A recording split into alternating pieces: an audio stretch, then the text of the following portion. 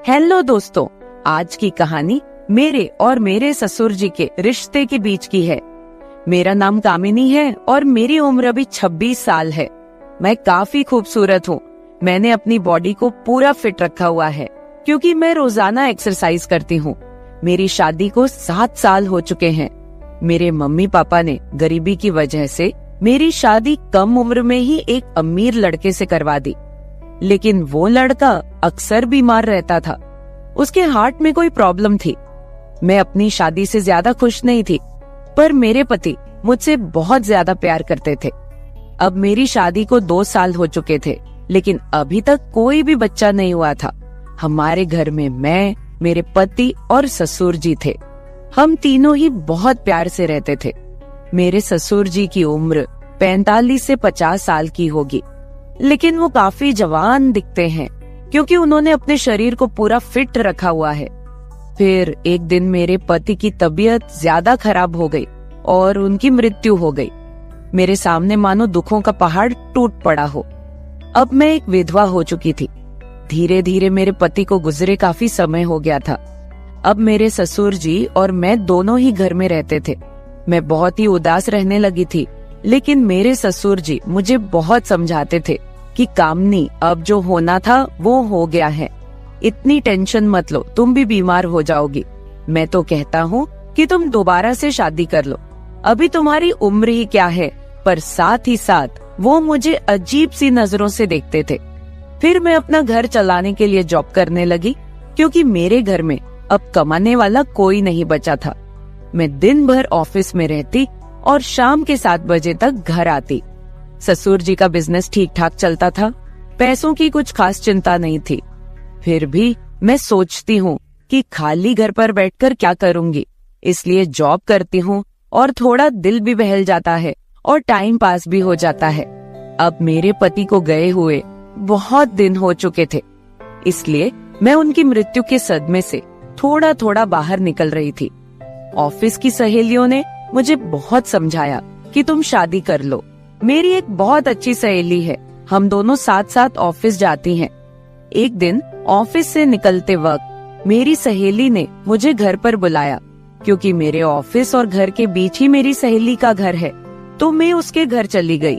हमने चाय पी और फिर इधर उधर की थोड़ी बातें की। मेरी सहेली ने कहा कि क्या तुझे पता है ऑफिस में क्या चल रहा है? मैंने कहा नहीं यार, मुझे उससे क्या फर्क पड़ने वाला है, वैसे भी तो मैं ऑफिस में अपना मन बहलाने के लिए ही जाती हूँ। फिर मेरी सहेली बोली, फिर तू सुन ले, हमारे ऑफिस में सभी लोग एक दूसरे से मिलकर रहते हैं और किसी को भी कोई समस्या हो वो सभी मिलकर सुलझा लेते हैं। देखो, जो काम वाली आंटी है वह विधवा हो चुकी है, लेकिन ऑफिस के लोगों ने मिलकर उनकी शादी करवा दी है। अब वह बहुत खुशी खुशी रहती है और उनका भी एक सहारा बन गया है। मैंने उसकी बातों पर ज्यादा ध्यान नहीं दिया और वहाँ से अपने घर चली आई। मैं थोड़ा थोड़ा अपनी सहेली की बातों को समझ रही थी कि वो मुझे शादी करने के बारे में बोल रही है। फिर मैंने घर आकर ससुर जी को खाना बनाकर दिया और खुद भी खाना खाया। मैं अपने कमरे में बैठी थी, मुझे नींद नहीं आ रही थी। सुबह के लगभग 10 बज रहे थे। आज रविवार था, मुझे ऑफिस नहीं जाना था। तभी मेरे दिमाग में मेरी सहेली के मुंह से सुनी हुई बातें चलने लगी। मैं सोच सोचकर परेशान सी होने लगी। फिर मेरे दिमाग में कुछ आया और मैं अपने ससुर जी के कमरे की ओर चली गई।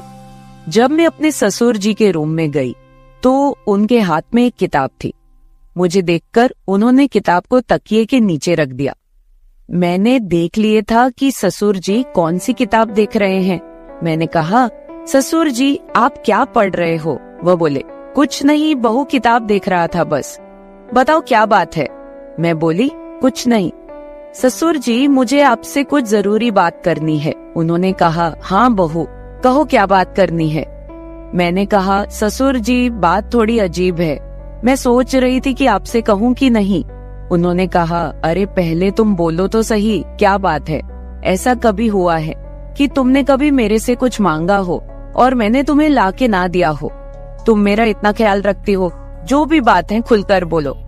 फिर मैंने हिम्मत करके ससुर जी को बोला कि अब मेरे पति की मृत्यु को 2 साल होने को आए हैं उनकी मृत्यु के बाद से मैं बड़ी मुश्किल से सदमे से बाहर आई हूँ। अभी मैं घर से बाहर जाती हूँ तो मुझे बड़ी दिक्कत होती है। आपको तो पता ही है कि विधवा औरत की तरफ लोग कैसी नजरों से देखते हैं और उसके बारे में लोग कैसी सोच रखते हैं। आपने मुझे बहुत बार बोला है कि तुम शादी कर लो। मैं चाहती हूँ कि आप मेरे लिए एक पति की खोज करो, क्योंकि अकेले मेरी जिंदगी मुझसे नहीं निकाली जा रही। मैं भी चाहती हूँ कि मेरा भी कोई जीवन साथी हो जो मेरे सुख दुख की बात करे और मुझे बहुत ज्यादा प्यार करे। आपको पता है, एक औरत की कई जरूरतें होती हैं जो सिर्फ पति ही पूरी कर सकता है। बाकी आपको पता ही है कि मेरे माँ बाप तो इतने गरीब हैं कि उन्होंने पता नहीं एक बार मेरी शादी कैसे कर्ज उठाकर की है। मैं अब उनको कोई तकलीफ नहीं देना चाहती। अब मेरे लिए तो आप ही सब कुछ हो। मैं बड़ी हिम्मत करके आपसे ये बात कह रही हूँ। मुझे विश्वास है कि आप मेरे लिए कुछ अच्छा ही करोगे। उसके बाद ससुर जी ने मुझे अपने पास बैठा लिया और मेरे साथ कुछ बातें करने लगे और मेरे सुख दुख को बांटने लगे। फिर ससुर जी मुझसे बोले, बहू, जिस चीज की तलाश तुम बाहर से कर रही हो वो चीज तुमको घर में ही मिल सकती है। अगर तुम चाहो तो मैं तुम्हारी सभी जरूरतों को पूरा कर सकता हूँ। ससुर जी की बात सुनकर तो मेरे होश ही उड़ गए। मैंने बोला, ससुर जी, मैं तो आपकी बेटी सामान हूँ, आप ये सब कैसे सोच सकते हैं? ससुर जी बोले, देखो बहू, तुम्हें पता है तुम्हारी सासू माँ की मृत्यु के बाद से मैं अकेला ही जिंदगी बीता रहा हूँ, और जब से तुम्हारे पति की मृत्यु हुई है तुम भी अकेले जिंदगी बीता रही हो। अगर तुम्हारा इरादा हो तो हम दोनों का अकेलापन दूर हो जाएगा और हम दोनों एक दूसरे के सहारे जिंदगी बिता लेंगे और बाहर किसी को कुछ भी पता नहीं चलेगा। बाकी मेरे जाने के बाद ये सारी प्रॉपर्टी भी तो तुम्हारी ही है और इस प्रॉपर्टी को संभालने वाला भी तो कोई चाहिए। बाकी लोगों की टेंशन मत लो, वो तो जब तुम विधवा की जिंदगी जी रही हो तब भी बातें करते थे और अब भी बातें करेंगे। सच कहूँ तो बहू, मैं तो उसी वक्त तेरा दीवाना हो गया था जब मैंने तुम्हें पहली बार देखा था। फिर मैंने ससुर जी को बोला कि मैं सोचकर बताती हूँ। अगली सुबह मैं उठी और खाना बनाने लगी। अगले दिन मैं ऑफिस नहीं गई, मैं किचन में खाना पका रही थी। तभी ससुर जी किचन में आए और बोले, बहू, आज ऑफिस नहीं जा रही हो क्या? मैंने कहा, नहीं, आज नहीं जा रही हूँ। आज मैंने ऑफिस से छुट्टी ले ली है। आप कहीं जाने वाले थे, गए नहीं क्या? वो बोले, नहीं, आज मेरी तबीयत ठीक नहीं है। मैंने सोचा कि आज घर रहकर आराम कर लेता हूँ। कुछ देर के बाद घर में कुछ मेहमान आ गए। हम लोग मेहमानों के आदर सत्कार में लग गए। मैंने उनसे हालचाल पूछा और उन लोगों से ढेर सारी बातें की। मेहमान के रूप में मेरे चाचा और चाची जी आए हुए थे। जब मैं मेहमानों से बातें कर रही थी तभी ससुर जी बाहर घूमने चले गए। उनकी आदत है कि जब वह घर पर रहते हैं तो वह खेतों की तरफ घूमने चले जाते हैं। फिर थोड़ी देर के बाद मेरे चाचा चाची भी खाना खाकर चले गए। दोपहर के 1 बजे का समय हो चुका था। मेरे दिमाग में ससुर जी की बातें घूम रही थी। मैं सोच रही थी कि इस अकेलेपन के साथ मैं सारी जिंदगी कैसे बिताऊंगी। मैं ससुर जी के साथ रहूंगी तो हो सकता है कि हमारा कोई बच्चा भी हो जाए। और ससुर जी की बात सही है, उनके जाने के बाद उनकी सारी प्रॉपर्टी भी तो मेरी ही है। मुझे ससुर जी की बातें काफी हद तक सही लग रही थी। फिर मैंने ससुर जी को कॉल किया और बोली, ससुर जी, खाना तैयार हो गया है, आकर खाना खा लीजिए। इस पर वह बोले, मैं अभी बाहर हूँ और मुझे थोड़ा टाइम लगेगा। मैंने कहा, ठीक है, मैं जरा बाहर जा रही हूँ तो देर शाम तक वापस आऊंगी, क्योंकि मैंने मार्केट शॉपिंग करने के लिए जाना था। फिर मैं मार्केट चली गई और वहाँ से अपने लिए और ससुर जी के लिए कुछ कपड़े खरीद कर लाई। जब मैं घर पहुँची तो शाम के 7 बज चुके थे। ससुर जी अपने कमरे में सो रहे थे। मैंने ससुर जी को उठाया और वो नहाने चले गए। अब चारों तरफ शांति हो चुकी थी। शाम के 8 बज चुके थे। फिर मैं ससुर जी के पास गई और उनको वो सब बातों के लिए हाँ बोल दी जो उन्होंने मुझे कही थी। ससुर जी मेरी हाँ सुनते ही खुश हो गए। फिर मैं उनके साथ, उसके बाद तो आप समझ ही सकते हैं, जो होना था वो हो गया। मैंने ससुर जी को फिर से अपनी ख्वाहिश बताई और ससुर जी ने मेरी ख्वाहिश पूरी कर दी। हम दोनों ने 1 से 2 घंटे तक एक दूसरे से वो सब बातें की और सारा काम किया। इस तरह से हम दोनों ससुर बहू काफी खुशी खुशी पति पत्नी की तरह रहने लगे। अब मुझे किसी भी चीज की दिक्कत नहीं होती, क्योंकि अब मुझे कहीं भी जाना होता है तो मैं ससुर जी के साथ चली जाती हूँ और हम खूब एंजॉय करते हैं। कुछ दिन बीत जाने के बाद ससुर जी बोले, कामिनी, अब तुम मेरे बिजनेस के बारे में सारा कुछ समझ लो और खुद सारा बिजनेस संभाल लो। फिर मैंने जॉब छोड़कर ससुर जी का सारा बिजनेस खुद संभाल लिया। अब हम दोनों पति पत्नी के जैसे रहने लगे हैं। मैं ससुर जी की हर बात का ख्याल रखती हूँ और वो भी मेरी हर बात का ख्याल रखते हैं। कुछ देर के बाद हमारे घर बच्चा भी हो गया और हमारी जिंदगी काफी अच्छे से चल रही है, क्योंकि ससुर जी ने मेरी हर कमी को पूरा कर दिया है। हमें दुनिया की कोई परवाह नहीं है, कोई कुछ भी बोले, हम लोग अपने घर खुश हैं। तो मेरे प्यारे दोस्तों, अगर आप लोगों को मेरी ये कहानी पसंद आई हो तो चैनल को सब्सक्राइब जरूर कर ले और बेल नोटिफिकेशन ऑन कर ले। एक प्यारा सा कमेंट करके बताएं कि आपको मेरी स्टोरी कैसी लगी। कल मिलेंगे एक और वीडियो के साथ। धन्यवाद। मेरी बेटी ने मुझे अपने घर पर अपने मदद के लिए बुलाया था। जैसे ही मैं उसके घर पहुंची, दामाद ने मेरी स्वागत सत्कार शुरू कर दिया। एक बार तो आधी रात को दामाद अचानक मेरे कमरे में आया। मेरे बगल में आकर उसने मेरी चादर के ऊपर से हाथ फेरते हुए कहा, सासू माँ, आपकी बेटी अब बहुत थकी हुई है, अब वह पुरानी लगने लगी है, अब आप ही मुझे खुश रख सकेंगी। दामाद ने मुझे सांस लेने का भी समय नहीं दिया। वह रात से लेकर सुबह के 3 बजे तक लगातार।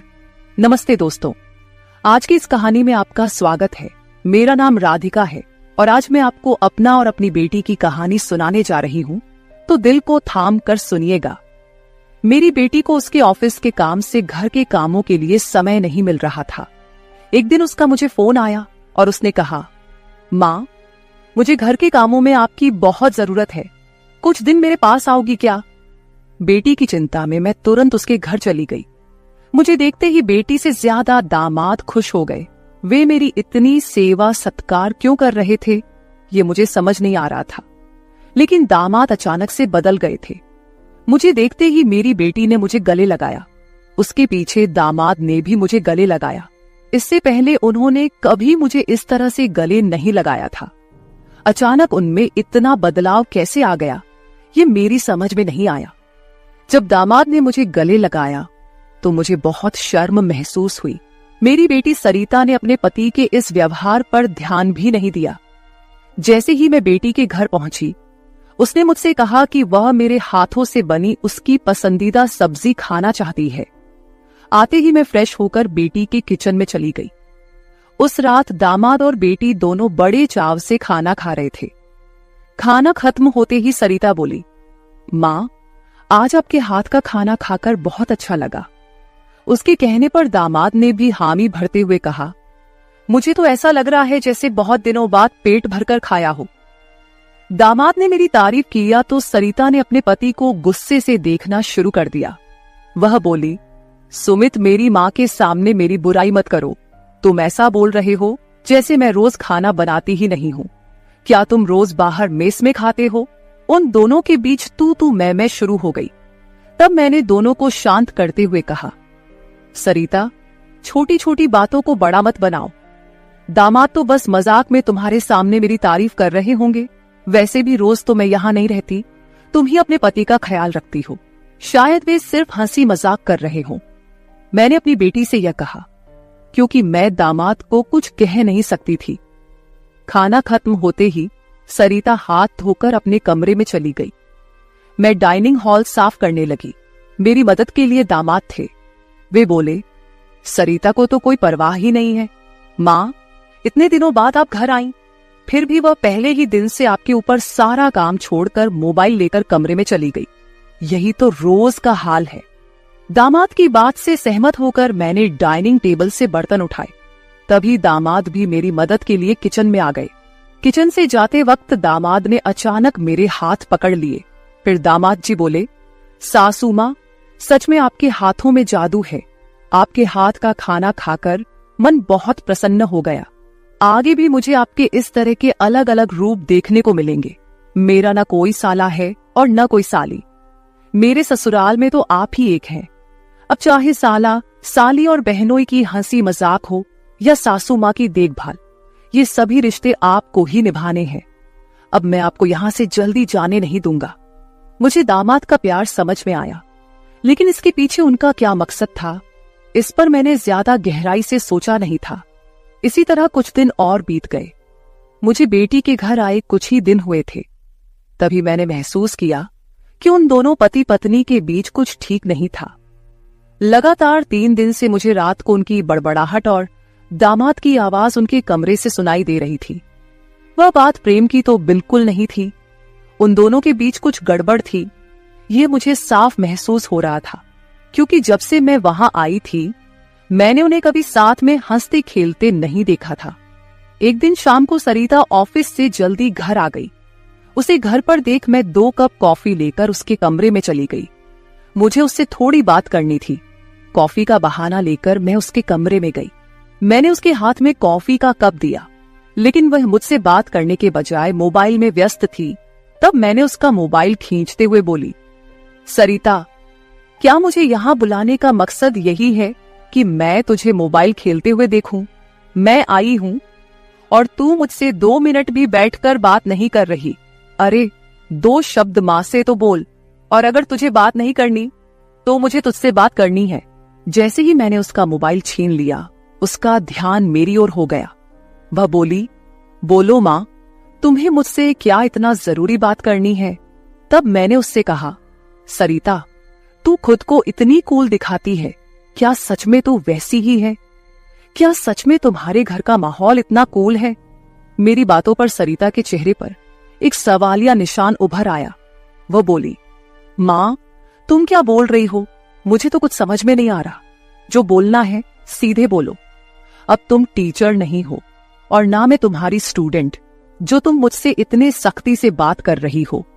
सरिता के कंधे पर हाथ रखकर मैंने उससे कहा, अरे पिछले 3 दिनों से रात को मुझे तुम्हारे कमरे से तुम दोनों की बड़बड़ाहट सुनाई दे रही है।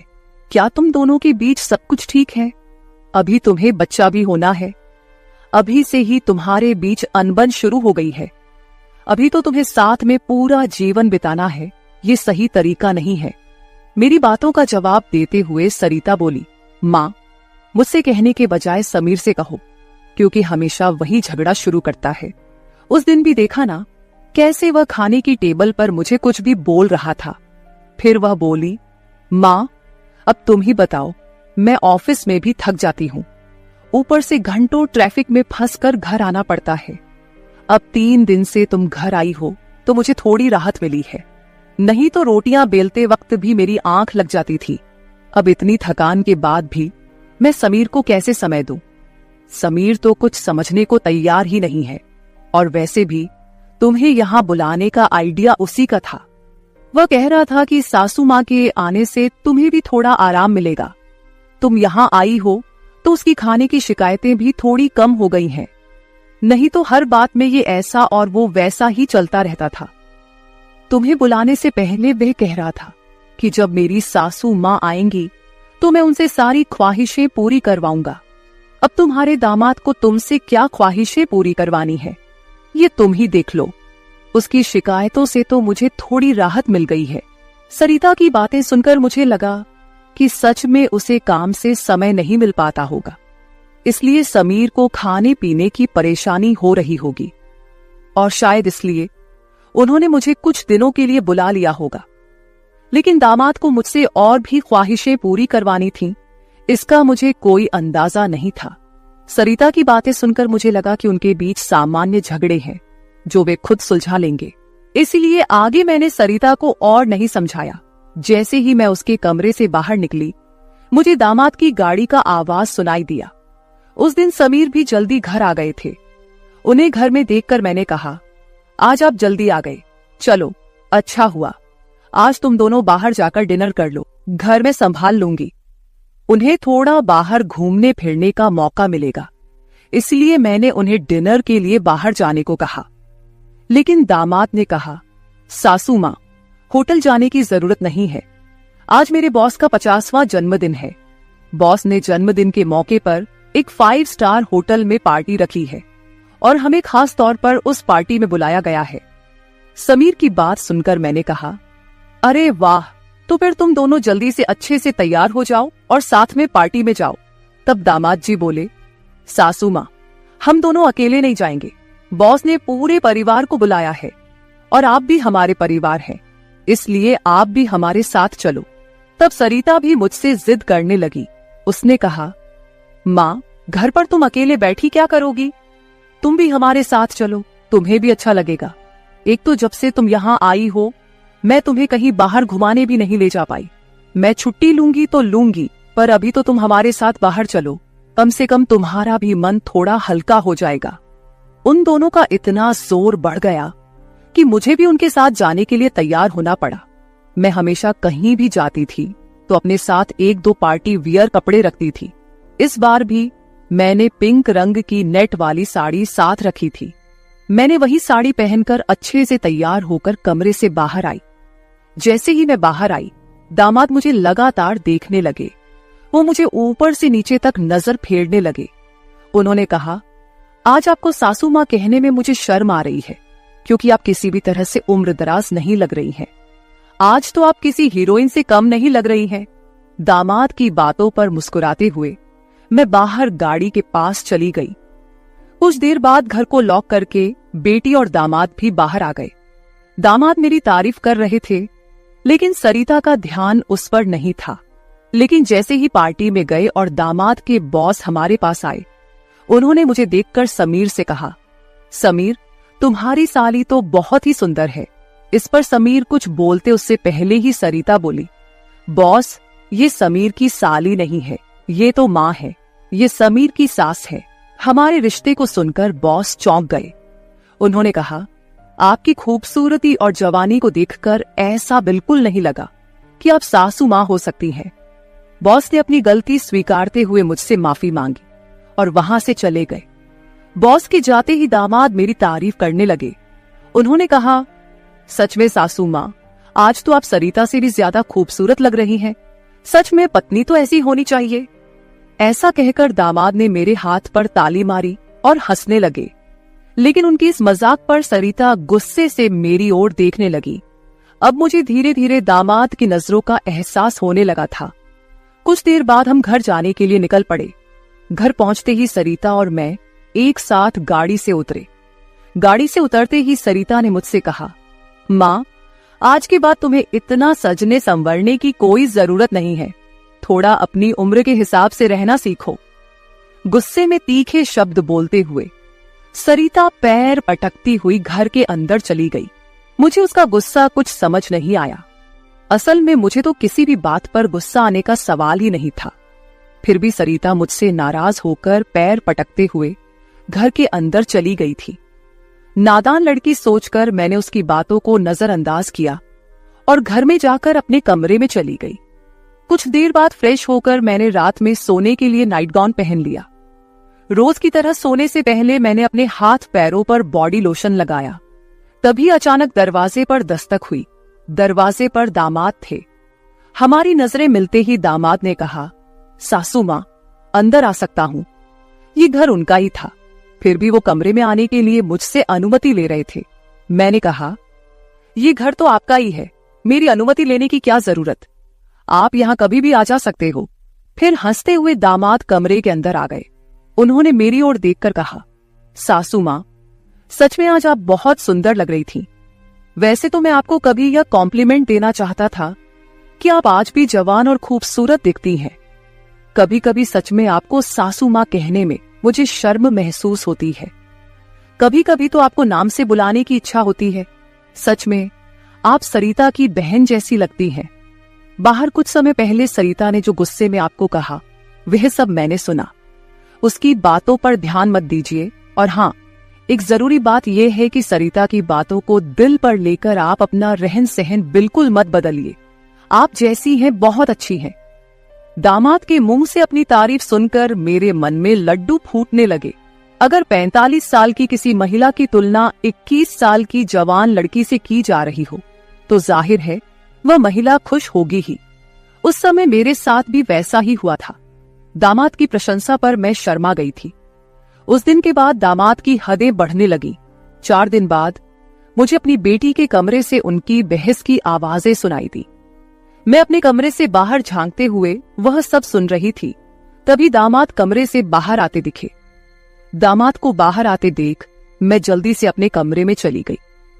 मैं कमरे की लाइट बंद करने ही वाली थी कि समीर मेरे कमरे में आ गया।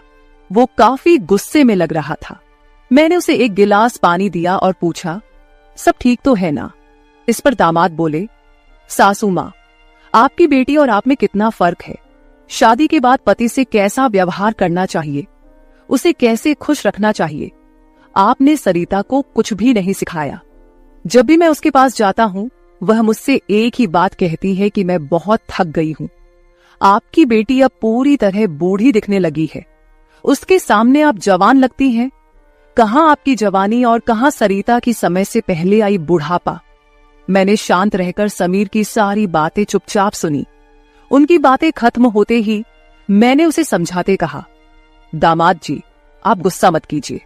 सरिता अपने ऑफिस के काम में पूरी तरह थक जाती है, इसलिए वह थोड़ी परेशान हो गई है।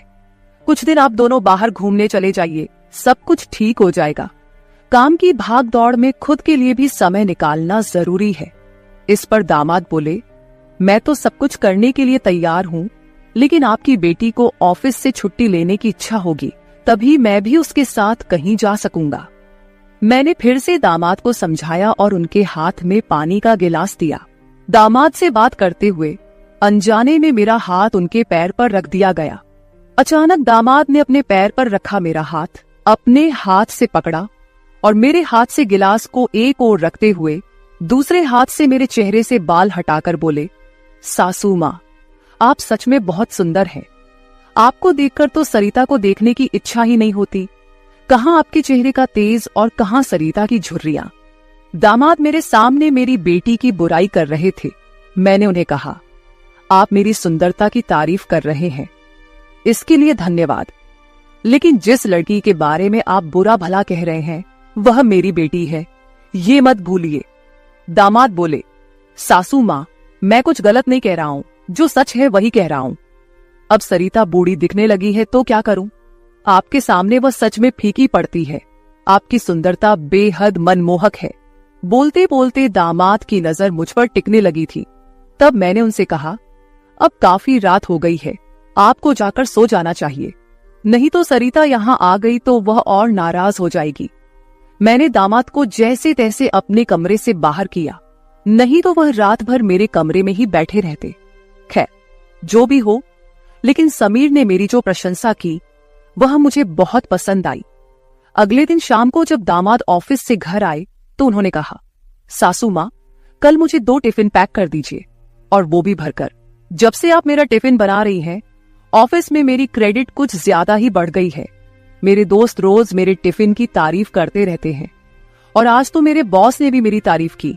सबको लगा कि मेरी पत्नी ने इतना अच्छा खाना बनाया है, लेकिन मैंने सबका भ्रम दूर कर दिया और उन्हें बताया कि यह जादू मेरी पत्नी के हाथों में नहीं, बल्कि मेरी सासू माँ के हाथों में है।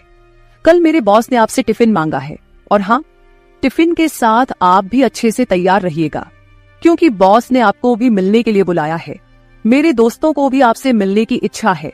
दामाद मेरी तारीफों के पुल बांध रहे थे, तभी सरिता वहीं बैठी थी।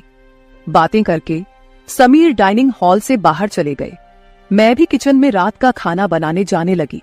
तभी सरिता ने कहा, माँ, तुम्हें अपने दामाद के सामने ज्यादा कूल बनने की कोशिश नहीं करनी चाहिए। मैंने तुम्हें उसी दिन समझाया था कि तुम्हें अपनी उम्र के हिसाब से रहना चाहिए। अब ना तुम नौकरी करती हो, ना पापा है, तो तुम्हें इन सब नखरों की क्या जरूरत है। कल तुम समीर के ऑफिस जा ही रही हो तो एकदम साधारण और सादगी से जाओ। मुझे तुम्हारा यह टाप टिप रहना बिल्कुल अच्छा नहीं लगता। मेरी अपनी बेटी मुझ पर हुक्म चलाने लगी थी। उस समय मुझे सरिता की बातों पर बहुत गुस्सा आया। मैंने उससे कहा, सरिता, उस दिन मैंने तुम्हें बच्चा समझकर कोई जवाब नहीं दिया। लेकिन अब तुम्हारी हिम्मत बढ़ती जा रही है। याद रखना, मैं तुम्हारी मां हूं, ये मत भूलना। मुझसे बात करते समय अपनी जुबान का ख्याल रखो। एक बात तो तुम्हें भी अच्छे से पता है कि मुझे हमेशा से टाप-टिप रहने की आदत है। मैं अपनी आदत किसी के कहने से नहीं बदलूंगी। इंसान जितना अच्छा रहता है उतना ही फ्रेश दिखता है, यही मेरा मानना है। तुम चाहे कुछ भी कहो, मैं अपनी रहन सहन नहीं बदलने वाली। अगर किसी को बदलना है तो तुम खुद को बदलो, अपना चिड़चिड़ा स्वभाव बदलो। कभी कभी तो मुझे लगता है कि तुम मेरी ही बेटी हो या नहीं। उस दिन पहली बार मैं अपनी बेटी से इतने गुस्से में बात कर रही थी। इससे पहले सरिता ने भी कभी मुझसे इतने कटु शब्दों में बात नहीं की थी। इसलिए उससे गुस्सा होकर मैं किचन में चली गई। उस रात खाना खाते समय भी मैंने किसी से बात नहीं की। अगले दिन दोपहर के 1 बजे के बाद मुझे मेरे दामाद का फोन आया तो मैं तैयार होकर उनके ऑफिस जाने के लिए निकली। शाम को मैं और समीर साथ ही घर लौटे। मुझे और समीर को साथ देखकर सरिता और भी ज्यादा नाराज हो रही थी। अब मुझे उसकी नाराजगी से कोई फर्क नहीं पड़ता था। वो तो अपने पति को भी खुश नहीं रख पाई थी। मैंने भी अब उससे किसी तरह की कोई उम्मीद नहीं रखी थी। लेकिन इधर मेरे दामाद अब मुझसे बहुत अच्छे से पेश आने लगे थे। हर 2-3 दिन में वो मुझसे कहते कि उनके ऑफिस में उनके दोस्तों ने या कभी उनके बॉस ने मुझसे मिलने के लिए बुलाया है। उस दिन भी सुबह नाश्ता करते समय दामाद ने मुझसे कहा, सासू माँ, घर के सारे काम जल्दी निपटा लीजिए क्योंकि आज भी आपको ऑफिस जाना है। मैंने उनकी बात पर सहमति जताई। जैसे ही समीर ऑफिस के लिए निकले, सरिता ने मुझे घेर लिया। उसने कहा, माँ, मैं कुछ दिनों से देख रही हूँ रोज तुम अपने दामाद के ऑफिस जा रही हो, शाम को उनके साथ हंसती खेलती घर लौटती हो। अब भी तुम दोनों में सास दामाद का रिश्ता बरकरार है या फिर सीमाएं पार हो गई हैं? उस समय सरिता कुछ ज्यादा ही बोल गई थी। मैंने उस पर जोर से चिल्लाई, फिर भी उसे कोई फर्क नहीं पड़ा। उसने कहा, मुझ पर चिल्लाने की बजाय एक बार यह सोचो कि तुम्हारा और तुम्हारे दामाद का रिश्ता किस मोड़ पर जा रहा है। अगर मेरी बात समझ में नहीं आई तो तुम यहां से जा सकती हो। उसकी बातें सुनकर मेरी आंखों से आंसू बहने लगे। मेरे आंसुओं की परवाह किए बिना सरिता ऑफिस चली गई। उसके बाद 5 घंटे बीत गए, लेकिन मैं अपने कमरे में बैठी आंसू बहाती रही। समीर के लगातार फोन आ रहे थे, लेकिन मैंने फोन उठाने से इनकार कर दिया। 5 घंटे बाद मैंने खुद को संभाला और अपना बैग पैक करने लगी। जैसे ही मैं सरिता के घर से निकलने लगी, दरवाजा खोलते ही मैंने देखा कि बाहर मेरा दामाद गाड़ी पार्क कर रहा था। मुझे अचानक जाता देख उन्होंने मेरा हाथ पकड़ा और सीधे घर के अंदर ले आए। कमरे में पहुंचते ही समीर ने मेरा बैग खाली कर दिया। वह बोले, सासू मां, ये क्या हो रहा है? आप बिना कुछ कहे यहां से क्यों जा रही हैं? मैंने उन्हें सरिता की बात कुछ नहीं बताई। मैंने कहा, मेरे कारण शायद आपके रिश्ते में दूरियां आ रही हैं। अब मुझे भी यहां आए काफी दिन हो गए हैं। मैं अपनी बेटी का घर नहीं तोड़ना चाहती। आप अपने जीवन में खुश रहिए, अब मुझे यहां से जाना चाहिए। मैं फिर से अपना बैग पैक करने लगी। तभी दामाद ने मुझे अपनी ओर घुमाए। फिर मेरे कंधे पर हाथ रखकर उन्होंने कहा, सासू मां, जरूर सरिता ने आपको कुछ बुरा भला कहा होगा। मैंने आपको पहले ही समझाया था कि उसकी बातों पर ध्यान न दे। वह मूर्ख है, उसे खुद को संभालना नहीं आता। मुझे तो लगता कि आपकी बेटी आपसे जलने लगी है। जो लोग जलते हैं वे दुआ नहीं देते, इसलिए आपको भी बेफिक्र होकर ठाठ से रहना चाहिए। समीर मुझे हंसाने की कोशिश करने लगे। मेरी आंखों में आंसू देखकर उन्होंने मेरे आंसू पोंछे और कहा, किसी की बातों से इतना हताश मत होइए, मैं आपके साथ हूं। उनके बोलने में एक अलग ही प्यार था। उस दिन के बाद से रोज रात को जब सरिता सो जाती, समीर मेरे कमरे में आने लगे। अब उनका मेरे कमरे में आना मुझे खटकता भी नहीं था, क्योंकि हमारा रिश्ता एक अलग ही मोड़ पर जाने लगा था। अब समीर मेरे सिर्फ दामाद नहीं रहे। 4-5 दिन से समीर मेरे कमरे में आ रहे थे। कुछ दिन बाद अचानक मेरे मन में ख्याल आया कि अगर सरिता को यह सब पता चल गया तो, इसलिए मैं समीर के सामने यह सवाल रखी। मैंने कहा, समीर, तुम रोज रात को सरिता की नजरों से छुपकर मेरे कमरे में आते हो, लेकिन क्या तुम पक्का करते हो कि वह गहरी नींद में होती है? अगर तुम्हारी लापरवाही के कारण सरिता अचानक मेरे कमरे में आ गई और उसने ये सब देख लिया तो क्या होगा? इस पर समीर ने कहा, सासू माँ, कभी न कभी हमें इस स्थिति का सामना करना ही होगा। जो काम मेरी पत्नी को करना चाहिए था वो आपने किया, इसमें आपकी क्या गलती है? उसे वक्त रहते सब कुछ समझना चाहिए था। अब वक्त उसके हाथ से निकल गया है। आप ज्यादा चिंता मत कीजिए, नहीं तो आपके चेहरे पर भी झुर्रियां आने लगेंगी। आप चिंता मत करें, बस सरिता के सामने इस रिश्ते को स्वीकार करने का साहस रखिए। हम दोनों बात कर ही रहे थे कि अचानक सरिता कमरे में आ गई। मैंने उसका नाम लिया ही था कि वह वहां मौजूद हो गई थी। हम दोनों सास और दामाद एक दूसरे को देखने लगे। सरिता तो हमें साथ देखकर हमारी ओर बस देखती ही रह गई थी। उसने कहा, मुझे तुम दोनों पर पहले ही शक हो गया था। समीर, तुम्हें क्या लगा कि तुम रोज रात को मुझे चकमा देकर जाते हो और मुझे इसका बिल्कुल पता नहीं चलता? मैं तो बस मौके का इंतजार कर रही थी, क्योंकि मुझे तुम दोनों को रंगे हाथ पकड़ना था। अब तो मैंने तुम्हारी सारी बातें रिकॉर्ड कर ली हैं और तुम्हें इस हालत में भी देख लिया है। सरिता बोल ही रही थी कि तभी समीर का फोन बजा। उसने मेरा हाथ छोड़ दिया और कमरे से बाहर चला गया। थोड़ी देर पहले जब वह मुझे समझा रहा था तो उसने मेरा हाथ पकड़ रखा था। कुछ ही मिनटों बाद वह एक शख्स को लेकर कमरे में वापस आया। वह तीसरा शख्स और कोई नहीं बल्कि समीर का बॉस था। उसे आधी रात को घर में देखकर सरिता चौंक गई। उसने बॉस की ओर देखकर कहा, आप इस समय यहां कैसे? बॉस आश्चर्यचकित होकर सरिता को देख रहे थे। तब सरिता बोली, आप यहां क्यों आए हैं ये तो मुझे नहीं पता, पर मुझे अब एक गवाह मिल गया है। वह बॉस के सामने मेरे और मेरे दामाद के रिश्ते के बारे में बकवास करने लगी।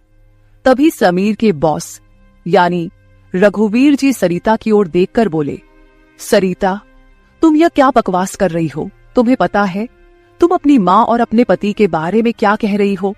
अब तो सरिता और भी ज्यादा बकवास करने लगी। तभी समीर उस पर चिल्लाया। उसने कहा, मैं अभी तक सब सुन रहा था।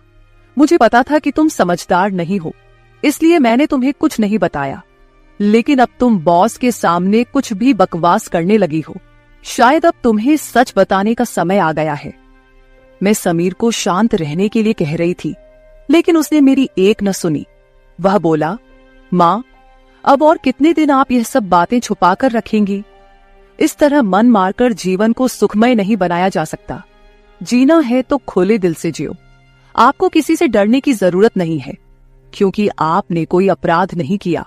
समीर ने सरिता से कहा, सरिता, पिछले कुछ दिनों से मैं इस कमरे में आ रहा हूं, ये सच है, लेकिन मैं इस कमरे में क्यों आ रहा था इसका कारण वो नहीं है जो तुम सोच रही हो। इसका असली कारण कुछ और ही है। मैं यहां इसलिए आता था ताकि अपने बॉस को तुम्हारी माँ के कमरे में सुरक्षित छोड़ सकूं। मैं तुम्हारी माँ के साथ नहीं बल्कि मेरे बॉस होते थे। जिस दिन हम बॉस के जन्मदिन की पार्टी में गए थे, उस रात जब हम पार्टी से घर लौटे थे तो मैंने तुम्हारी माँ को उनके कमरे में रोते हुए देखा था। उसी रात बॉस ने मुझसे तुम्हारी माँ का फोन नंबर भी लिया था। उस रात बॉस बार बार तुम्हारी माँ को फोन कर रहे थे। उस रात जब मैं अचानक तुम्हारी माँ के कमरे में गया तो मैंने उनके फोन में बॉस के कई मिस्ड कॉल देखे। अगले दिन मैंने बॉस से इस बारे में पूछा, तभी मुझे सच्चाई पता चली। एक समय था जब तुम्हारी माँ और बॉस एक ही कॉलेज में पढ़ते थे। इतना ही नहीं, उन दोनों के बीच प्यार भी था, लेकिन घर वालों के दबाव के कारण वे अपना जीवन एक साथ नहीं बिता सके। पर किस्मत ने 30 साल बाद उन्हें एक बार फिर से आमने सामने खड़ा कर दिया। तुम्हारी माँ कुछ बोलने के लिए तैयार नहीं थी, लेकिन बॉस की वजह से मुझे उन दोनों के रिश्ते के बारे में पता चला। तब से मैंने जानबूझकर कभी दोस्तों का बहाना बनाया तो कभी बॉस का, ताकि तुम्हारी माँ और बॉस को एक दूसरे से मिलवा सकूं। धीरे धीरे मैंने तुम्हारी माँ के चेहरे पर खुशी देखनी शुरू की। वह भी अपना पुराना रिश्ता जीने लगी, लेकिन तुमने इसे गलत समझा और माँ पर गलत आरोप लगाए। तुम्हारे आरोपों के बाद तुम्हारी माँ ने घर से बाहर निकलना बंद कर दिया। तब से मैंने इस प्रेमी जोड़े की मुलाकात अपने घर में ही करानी शुरू कर दी। तुम्हारी माँ जानती थी कि तुम इस उम्र में उनके और बॉस के रिश्ते को स्वीकार नहीं करोगी, इसलिए उन्होंने कभी तुमसे खुलकर बात नहीं की। लेकिन अब मुझे लगता है कि उन्हें अपनी जिंदगी का फैसला खुद करने देना चाहिए। सरिता बोली, समीर, तुम मेरी माँ को उनके प्रेम से मिलने के लिए इतना प्रयास कर रहे थे, तुम दामाद होकर भी कोई आपत्ति नहीं कर रहे थे और मेरी माँ को एक बार फिर से जीने का मौका दे रहे थे। मैं आगे बढ़ी और सरिता से आंसू भरी आंखों के साथ बोली, मुझे माफ कर दे बेटी, मुझे इस उम्र में यह सब नहीं करना चाहिए था, मुझे रघुवीर से फिर से नहीं मिलना चाहिए था। लेकिन तू चिंता मत कर, सुबह होते ही मैं यहां से चली जाऊंगी। मैं रघुवीर से कभी नहीं मिलूंगी। इस उम्र में मुझे यह बातें तुम्हारे मुंह से सुनने से पहले ही मैं यहां से चली जाती हूं। मेरी आंखों में आंसू देखकर सरिता बोली, मां, मुझे माफ कर दो, मैंने तुम्हें समझा ही नहीं, ना मैंने कभी तुम्हारे अकेलेपन को महसूस किया। अब वो समय तो बीत गया, पर अगर तुम मेरे लिए जी सकती हो तो फिर मैं तुम्हारी खुशी में क्यों नहीं शामिल हो सकती।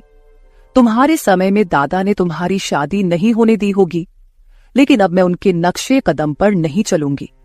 मैं तुम्हें और बॉस को आपके आगे के जीवन के लिए ढेर सारी शुभकामनाएं देती हूं। बॉस मुझे मेरे पिता के रूप में स्वीकार है।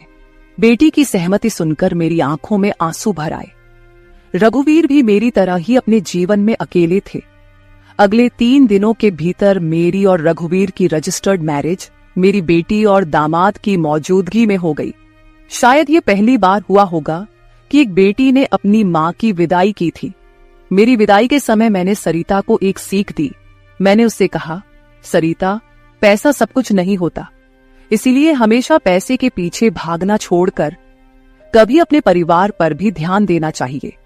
कर्तव्यों से भागकर ना तो जीवन पूरा होता है, ना ही खुशियां मिलती हैं। अब समय आ गया है कि तुम अपनी जिम्मेदारियों पर ध्यान दो। सरिता ने मुझसे वादा किया कि आगे से वो अपने घर की जिम्मेदारियों को निभाने में पीछे नहीं हटेगी। मेरी विदाई होते ही सरिता ने पूरे 20 दिनों की छुट्टी ली। शादी के 2 साल बाद मेरी बेटी और दामाद एक बार फिर हनीमून पर गए। तो दोस्तों, शादी और प्यार की कोई उम्र नहीं होती। जहां दिल मिलते हैं वहीं रिश्ते भी अपने आप बन जाते हैं। बस जरूरत होती है एक दूसरे को समझने की। तो मेरे प्यारे दोस्तों, यह थी हमारी आज की छोटी सी कहानी। आपको ये कहानी कैसी लगी कमेंट करके जरूर बताएं। अगर आप ऐसी ही और भी इंटरेस्टिंग और रोमांटिक कहानियां सुनना चाहते हो तो चैनल को सब्सक्राइब जरूर कर ले और बेल आइकॉन ऑन कर ले, ताकि आपको मेरी आने वाली नई वीडियो की सूचना तुरंत मिल सके। कल मिलेंगे एक और नई कहानी के साथ। धन्यवाद।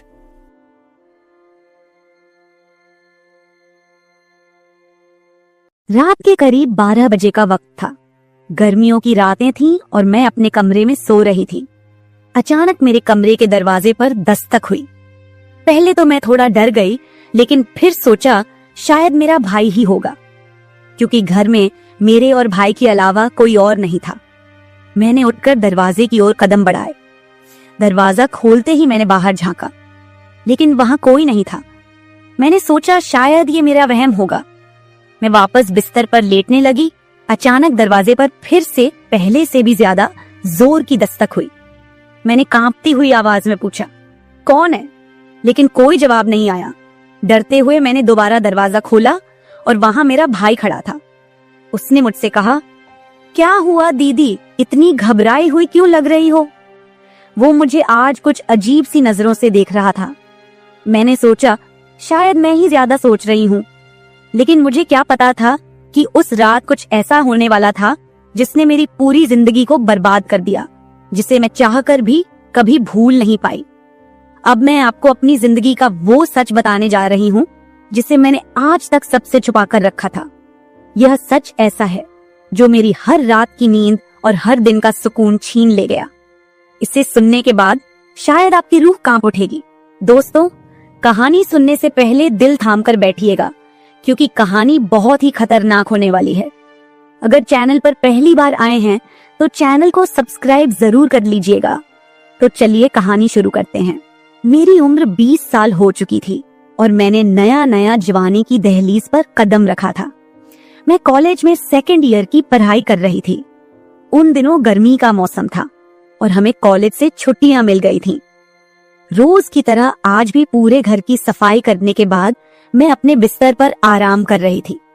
थकान से चूर होकर ऐसा लग रहा था जैसे पूरा बदन अकड़ गया हो। मैं अपने बिस्तर पर लेटकर सुकून पाने की कोशिश कर रही थी और हाथों से अपने सिर की मसाज कर रही थी। अचानक मेरा भाई राहुल मेरे कमरे में आया और दरवाजा बंद करके कहने लगा, क्या हुआ दीदी, तबीयत तो ठीक है? मैंने कहा, क्या भाई, मम्मी सारा काम मेरे सर पर डालकर चली जाती हैं। कॉलेज की छुट्टियां क्या हुई, सारे घर की जिम्मेदारी मुझ पर आ गई है। ऊपर से काम वाली बाई भी छुट्टी पर है। मुझसे नहीं होते ये घर के काम। मेरी बात सुनकर वह मेरे पास आकर बैठ गया और कहने लगा, मेरी प्यारी बहन, कोई बात नहीं, मैं अभी तुम्हारे लिए दूध लेकर आता हूँ, उसे पियोगी तो सुकून मिल जाएगा। राहुल की बात सुनकर मैं मुस्कुरा दी और कहा, बस तुम खाना बाहर से ले आना, मैं थोड़ी देर सोऊंगी तो मेरी तबीयत कुछ बेहतर हो जाएगी। राहुल कमरे से निकल गया। कुछ देर बाद ठंडे दूध के गिलास के साथ वह वापस आया। मुझे उस पर बहुत प्यार आया। दुनिया में बहुत कम ही ऐसे भाई होते हैं जो अपनी बहनों का इतना ख्याल रखते हैं। मैं उसे ढेर सारा आशीर्वाद देने लगी और उसका लाया हुआ दूध पीने लगी। दूध पीने के बाद मैं अपने बिस्तर पर लेट गई। राहुल कहने लगा, चलो दीदी, मैं तुम्हारा सिर दबा देता हूँ, तुम सो जाओ। वह मेरे पास बैठ गया और अपने हाथों से मेरा सिर दबाने लगा। उसके हाथों से मुझे सुकून मिलने लगा और मेरे सर का दर्द भी कम हो गया था। मैं आंखें मूंद कर लेट गई और कुछ ही देर में मैं गहरी नींद सो गई। मुझे कोई भी होश नहीं था कि मैं कितने घंटे तक सोती रही। जब मेरी आंख खुली तो मैंने घड़ी पर टाइम देखा। रात के 9 बज चुके थे। शायद थकावट की वजह से मुझे वक्त का एहसास ही ना हुआ। मम्मी और पापा भी ऑफिस से वापस आ चुके थे। मुझे कुछ भी समझ नहीं आ रहा था और मेरा पूरा शरीर दर्द कर रहा था। मैं बिस्तर से उठकर बाथरूम जाने लगी। तभी मुझे चक्कर आ गए। मुझे ऐसा लग रहा था जैसे सब कुछ घूम रहा हो और अगर दीवार का सहारा नहीं लिया होता तो शायद गिर जाती। खुद को संभालते हुए मैं फ्रेश होकर बाहर आई। देखा कि सभी खाने के टेबल पर बैठे हुए थे और मेरे आने का इंतजार कर रहे थे। मैं जाकर आराम के साथ कुर्सी पर बैठ गई। मेरी हालत काफी खराब हो चुकी थी और थकावट से मेरा पूरा बदन दर्द कर रहा था।